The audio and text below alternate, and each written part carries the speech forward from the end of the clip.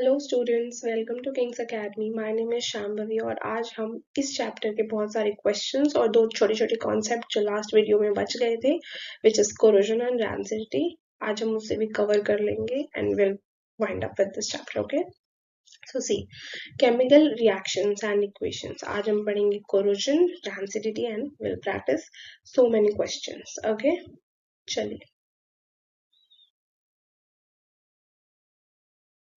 सबसे पहले कोरोजन क्या होता है, पहले भी शायद वर्ड या ये नाम सुना होगा। What is corrosion exactly? आपने डे टू डे लाइफ में भी ये चीजें देखते हो कि कुछ जो आपके मेटल्स होते हैं या एलिमेंट्स होते हैं वो बहुत रिएक्टिव होते हैं, दे आर हाईली रिएक्टिव। और नेचर में ऐसे ही छोड़ देने पे, ऑक्सीजन के कांटेक्ट में आने में, विच एयर में है ना ऑक्सीजन बहुत सारा, वो अपनी एक ऑक्साइड की लेयर बना लेता है। ठीक है, मतलब वो पर्टिकुलर एलिमेंट जो है वो ऑक्सीडाइज हो जाता है। उससे क्या होता है, हमारा जो सब्सटेंस जो फॉर्म होता है which is unfavourable to us, hence we named it as corrosion. Corrode हो गया मेटल, खराब हो गया मेटल, वीक हो गया है, दिस हो गया है, दैट हो गया। इधर it comes in contact with H2O, water, और oxygen gas in air, it will corrode. Not necessarily, but जो मेजर एलिमेंट्स हैं जो डे टू डे लाइफ में बहुत ज्यादा यूज होते हैं, जैसे आयरन, जैसे सिल्वर, जैसे कॉपर वगैरह के बर्तन वगैरह होते हैं घर में, ये बहुत इजीली कोरोड हो जाते हैं अगर आपने ऐसे ही छोड़ दिया। और हमारे पास डिफरेंट वेज भी हैं कोरोजन से बचने के लिए, बट वो हम यहाँ नहीं पढ़ेंगे, वो हम फर्दर चैप्टर्स में पढ़ेंगे। ठीक है, चलिए। तो what is corrosion? Corrosion: when a metal is attacked by substances around it, such as moisture, acids, etc., it is said to be corroded, and the process is called corrosion. Likewise, the rusting of iron involves the formation of iron oxides via the action of atmospheric moisture and oxygen.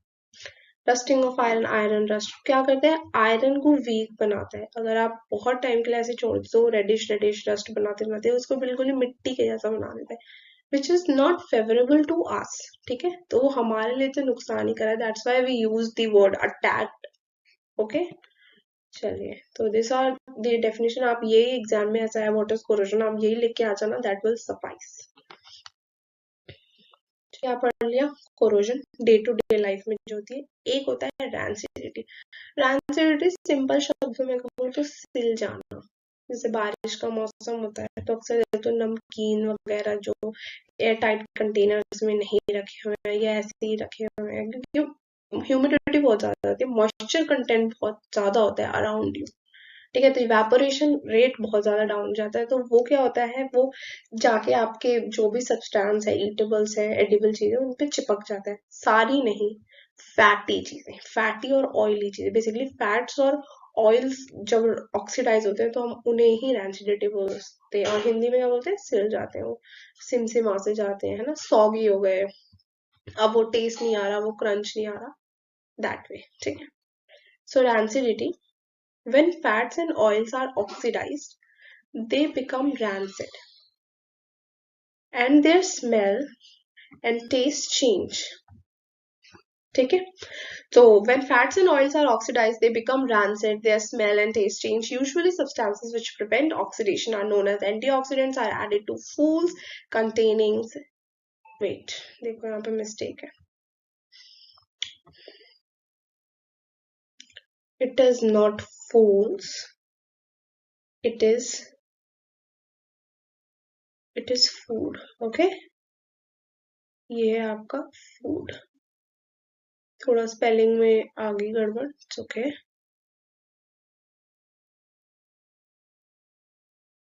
ठीक है, food are added to food containing fats and oil. तो antioxidants क्या होते हैं, which prevents oxidation, right. Antioxidants काफी सारे fruits वगैरह में मिलते हैं, खैर will not going to discuss that. तो फैट्स एंड ऑयल्स का जब ऑक्सीडेशन होता है उसको क्या बोलते हैं, रैंसिडिटी। बहुत ही कंसाइज डेफिनेशन लेके आई हूँ आप लोगों के लिए, please go through it, learn it. कोई पूछ ले व्हाट इज रैंसिडिटी, आप वहां चेप आना, ये लिखाना। ठीक है, चलिए, प्रिवेंशन।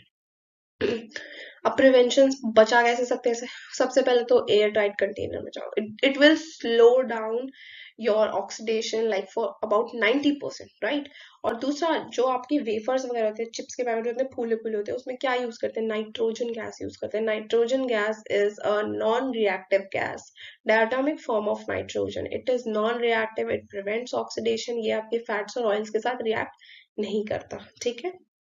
तो ये है कुछ प्रिवेंटिव मेजर्स कि आप यूज ही मत करो ऑक्सीजन. आप उसकी जगह इतना नाइट्रोजन भर दो, वो रिएक्ट ही नहीं करेगा, और उसको बिल्कुल ही कंसील कर दो, एकदम टाइट कर दो कि कोई लीकेज ना हो वहीं से, ठीक है. That will prevent your rancidity. अब हम क्वेश्चन प्रैक्टिस करेंगे. चलिए, तो फर्स्ट क्वेश्चन देखते हैं. Right the balanced chemical equation for the following and identify the type of reaction in each case. Potassium bromide, barium iodide, potassium iodide, barium bromide. Okay, it clearly gives you what? Clearly gives you double displacement reaction है. पता चल गई, देखो दोनों के element एक दूसरे से एक्सचेंज हो रहे हैं, so it's a double displacement reaction. Next, zinc carbonate, zinc oxide, carbon dioxide. Clearly किस टाइप का रिएक्शन है? Decomposition reaction. हाइड्रोजन क्लोराइड मिलके हाइड्रोजन क्लोराइड बन रहा है. क्लियरली कॉम्बिनेशन है. मैग्नीशियम हाइड्रोक्लोरिक एसिड है, मैग्नीशियम क्लोराइड बन रहा है, और डिस्प्लेसमेंट रिएक्शन, ठीक है. बैलेंस आप लोग कर लोगे, सिंबल्स आप लोग को पता है, केमिकल फॉर्मूले बनाने आते हैं, सो इट्स इजी पीजी चीजी. चलिए, let's move on to next question. What does one mean by exothermic and endothermic reactions? Give examples. Examples तो बहुत सारे पढ़ लिए हैं, एंडोथर्मिक के भी, एक्सोथर्मिक के लिए भर भर के दे देना. उनमें से ही दे देना, जरूरी नहीं है वाले, उनमें से ही आप लोग दे देना, इजी. बस डेफिनेशन देख लो. Those reaction in which heat is involved are known as exothermic. See, ये देख लो spelling. It's evolved, not involved. क्योंकि अगर इनवॉल्व आ जाएगा तो आपकी वो जो रिएक्शन हो जाएगी वो जाएगी एंडोथर्मिक. इन्वॉल्व होने का मतलब होता है कि हमने उसमें हीट यूज करी है, ना कि उसे रिलीज करी है. ओके, चलिए. So those reaction in which heat is evolved निकली है are known as exothermic reactions. An exothermic reaction is indicated by writing plus heat on the product side of an equation. और ये आपके example, एक Haber's process दिया यानी कि ammonia, और एक कार्बन डाइऑक्साइड वाला कंबशन वाला, ठीक है. चलिए, combustion of coal, burning of coal जो कराया था. Endothermic reactions are those reactions in which heat is absorbed are known as endothermic reactions. An endothermic reaction is usually indicated by writing heat on the product side of a chemical equation. Wait, थोड़ा सा यहाँ गड़बड़ है, ये वाला point आप हटा लो, ठीक है.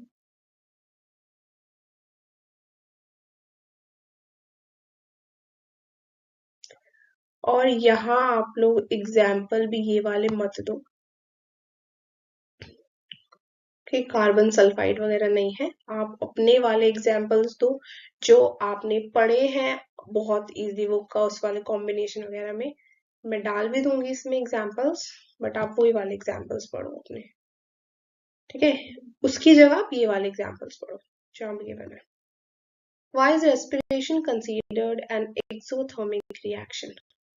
Respiration is an exothermic process because during respiration, glucose combines with oxygen in the cells of our body to form carbon dioxide and water along with the production of energy. ठीक है, reaction लिख देना, NCERT में given है. Glucose break होता है और oxygen की प्रेजेंस में to give carbon dioxide, water and energy. Okay,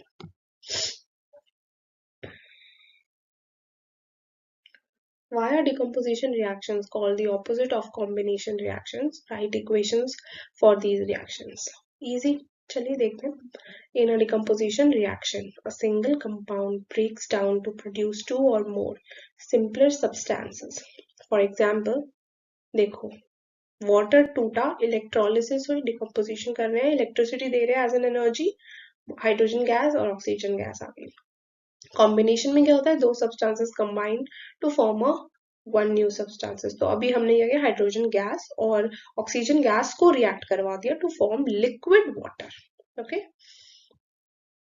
बहुत इजी एग्जांपल है, यही दे देना वाला है। तो चलिए, 2 टाइप से एक ही क्वेश्चन को पूछा गया है। Right one equation each for the decomposition reactions where energy is supplied in the form of heat, light and electricity. Heat, light, electricity का एक एक एग्जाम्पल बताना है डिकम्पोजिशन रिएक्शन का, और तीनों ही पढ़ा है, हीट भी पढ़ा है, लाइट भी पढ़ा है, इलेक्ट्रिसिटी भी पढ़ा है। Decomposition reactions are require energy either in the form of heat, light or electricity for breaking down the reactants. Write one equation each for decomposition reaction where energy is supplied in the form of heat, light and electricity. तीनों का एक example देना है, बहुत easy है। Heat वाले के तो अपने तीन तीन पड़े हैं, फेरस सल्फेट दे दो, कार्बन कैल्शियम कार्बोनेट दे दो, लेड वाला दे दो, कोई सा भी दे दो, लेड नाइट्रेट वाला। और ये भी ब्लैक एंड व्हाइट फोटोग्राफी में यूज हुआ है जो इन्होंने दिया है, सिल्वर ब्रोमाइड। एक आपके पास सिल्वर क्लोराइड वाला भी है, वो दे दो, वाटर दे दो इलेक्ट्रोलिसिस का। ठीक है, आगे आगे है ना, थोड़े और रिएक्शंस आप पढ़ लोगे तो और इजीली और अच्छे से समझ आए, बहुत डीपली समझ आ जाए। What is the difference between displacement and double displacement reactions? Write equations for these reactions. Okay, equations हम लिख देंगे आराम से। In displacement reactions, a more reactive metal displaces a less reactive metal from its solution. For example, ferrous plus copper sulfate gives copper plus ferrous sulfate. This is a displacement reaction where iron displaces copper from its solution. In double displacement reaction, two reactants in a solution exchange their ions. For example, silver nitrate plus sodium chloride gives silver chloride plus sodium nitrate. Yes, this is a double displacement reaction where silver nitrate and sodium chloride exchange chloride and nitrate ions between them. Yes, और क्या हुआ है, दोनों ने एक दूसरे के ions को एक्सचेंज करके अलग अलग प्रोडक्ट्स बना लिए, और तो कंप्लीटली न्यू प्रोडक्ट्स फॉर्म हो गए हैं। कॉमन सॉल्ट से सिल्वर क्लोराइड बन गया, सिल्वर नाइट्रेट से सोडियम नाइट्रेट बने, सारी डिफरेंट केमिकल प्रॉपर्टीज हैं, सब कुछ अलग है, इतनी इजीली फॉर्म हो गया। चलिए, in the refining of silver, the recovery of silver from silver nitrate solution involved displacement by copper metal. Write down the reaction. पहले ना सवाल आप लोग पढ़ के खुद ट्राई किया हुआ, कितना आसान सवाल है। बोल रहे हैं सिल्वर रिफाइनिंग में हमें क्या करना है, सिल्वर की रिकवरी करनी है, किससे, सिल्वर नाइट्रेट से, वो भी इन्होंने दे दिया सिल्वर नाइट्रेट, और उसका डिस्प्लेसमेंट भी बता दिया कि कॉपर से हुआ है भैया। तो यानी कि कॉपर जो है वो सिल्वर से ज्यादा रिएक्टिव है, ये तो रिएक्टिविटी सीधे से पता चल जाएगा, और कॉपर ने सिल्वर को डिस्प्लेस कर दिया है forming copper nitrate and silver. ठीक है, ठीक है, इजी है, देखो ये रिएक्शन, और ये आपको आना चाहिए। और अब इसको क्या करना है, मेजर काम हमारा क्या है, बैलेंस करने का काम है। स्टेट पता है तो लिख दो, नहीं पता तो कोई बात नहीं।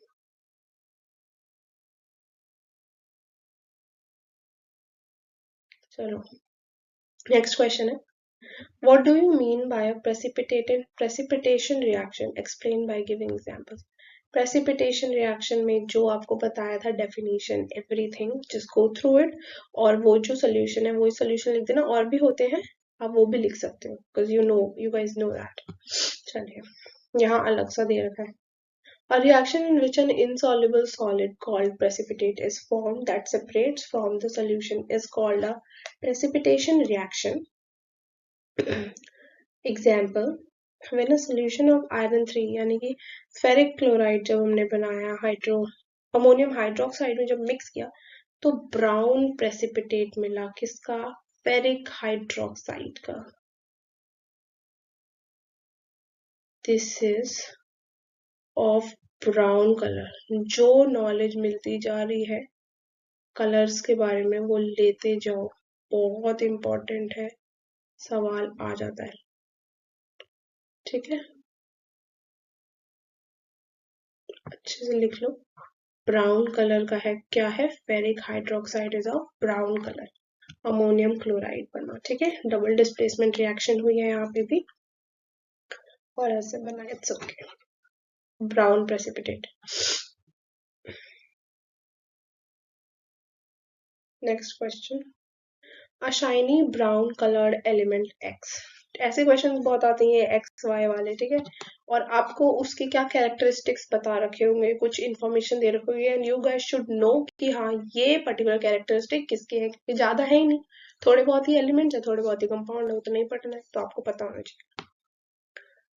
शाइनी ब्राउन पहली चीज बता दी इन्होंने, shiny brown coloured element x है, ठीक है, एलिमेंट है एक्स।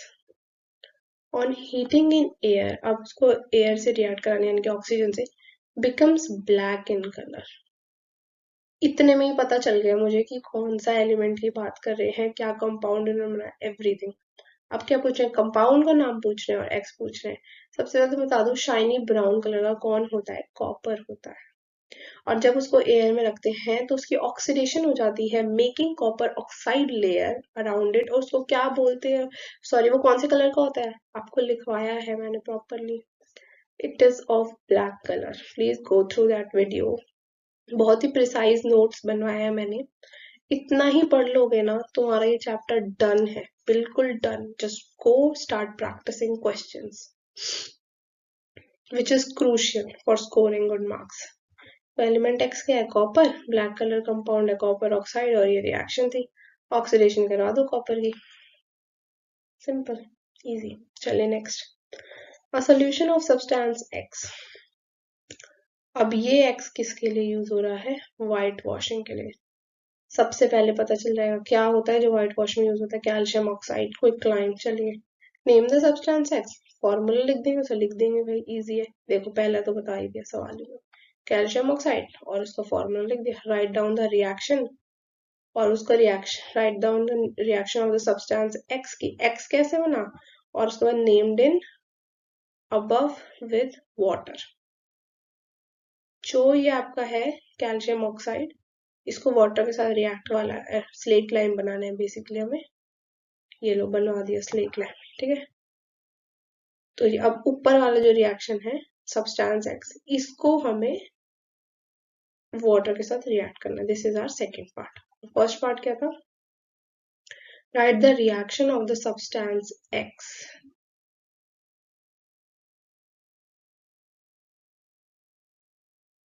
इसका रिएक्शन नहीं लिखा हुआ है, नहीं भी लिखा हुआ है तो क्या फर्क पड़ता है, आप लिख दो, इजी तो है, कैल्शियम को ऑक्सीजन के साथ रिएक्ट कराओ, बनाओ कैल्शियम ऑक्साइड, इजी, ठीक है। चलिए, डिकम्पोजिशन कराओ, सारे रिएक्शन गिवन है। Right the balanced chemical equation for the following and identify the type of reaction of each case। ठीक है, अब इसमें भी वो पहले वाले क्वेश्चन की तरह क्या करना है, उसमें शायद डेटा दे रखा था, ट्रांसलेट करना था, इसमें आपको प्रॉपर रिएक्शन दे रखी है, कुछ नहीं करना, उसको बैलेंस करो और बताओ किस टाइप की रिएक्शन है, पहले खुद ट्राई किया करो ताकि अच्छे से सवाल समझ आ जाए कि कैसे लगाने हैं, खुद ही जब तक ट्राई नहीं करोगे ना तब तक नहीं बनेंगे सवाल, ठीक है। चलिए, first, potassium bromide barium iodide बनाया, पोटेशियम आयोडाइड और barium bromide, double displacement reaction, balance आप लोग खुद करेंगे, easy, double displacement. Next, zinc carbonate, zinc oxide और कार्बन डाइऑक्साइड, डिकम्पोजिशन। ये सेम पहले वाला सवाल है, ये सेम पहले वाला सवाल है, इसमें रिपीट हो गया है समहाउ, डिट्टो वही सवाल है, बस उसमें ट्रांसलेशन थी, नाम लिखा हुआ था, और इसमें एग्जैक्टली वो बता रखा है एलिमेंट, और आपको फॉर्मूले के साथ दे रखा है। बैलेंस कीजिए, देख लेना ये सोल्यूशन मैंने नहीं देखे, अगर यहाँ कोई भी प्रॉब्लम है बैलेंसिंग में तो कोई बात नहीं, इधर उधर हो जाते हैं नंबर, तुम सबको पता है ना बैलेंसिंग करना, इतना हमने कर लिया, यू गाइस शुड नो, ठीक है, नॉट अ बिग डील। वैसे तो गलती नहीं होनी चाहिए, बाय मिस्टेक हो गई तो मैं उसके लिए पहले बोल रही हूँ क्योंकि मैं नहीं देख रही हूँ, ये आप लोग खुद करोगे। सेकेंडली मैं बता दूं, ये है कॉम्बिनेशन और ये है आपका डिस्प्लेसमेंट, और ये सारे सही है, ठीक है, सो चलिए आप लास्ट क्वेश्चन के साथ। लास्ट क्वेश्चन है आपका oxidation and reduction. Explain the following in terms of gain or loss of oxygen with 2 examples each. Oxidation reduction के दो एग्जाम्पल देने हैं। चलिए, the addition of oxygen substantially the removal of oxygen से related। Simple definition कुछ भी दे दोगे तो सही रहेगा, या रिमूवल बोल दो, एडिशन बोल दो, व्हाटएवर। मैग्नीशियम वाला व्हाइट ऐश बनाने वाला हो गया आपका, यहाँ सल्फर डाइऑक्साइड बनाया, ये हो गई दो ऑक्सीडेशन। नहीं आता है तो कॉपर वाला एग्जाम्पल दे दो, इजी। यहाँ आ जाओ रिडक्शन में, कॉपर ऑक्साइड को हाइड्रोजन के साथ रिएक्ट करवा दिया, ठीक है, और जिंक ऑक्साइड को यहाँ कार्बन के साथ करवा दिया, कार्बन मोनोऑक्साइड बना दिया और जिंक बना। These are the reductions reactions, ठीक है। तो इसी के साथ ये चैप्टर हम वाइंड अप करते हैं। काफी सारे क्वेश्चंस हो गए, एक्स्ट्रा क्वेश्चंस होंगे तो मैं फिर से नेक्स्ट वीडियो में देख लूंगी। Okay, so till then keep studying, keep practicing, और ये सारे नोट्स बना लेना, सारे क्वेश्चंस प्रैक्टिस कर लेना, और भी बहुत सारे क्वेश्चंस प्रैक्टिस कर। Okay, thank you.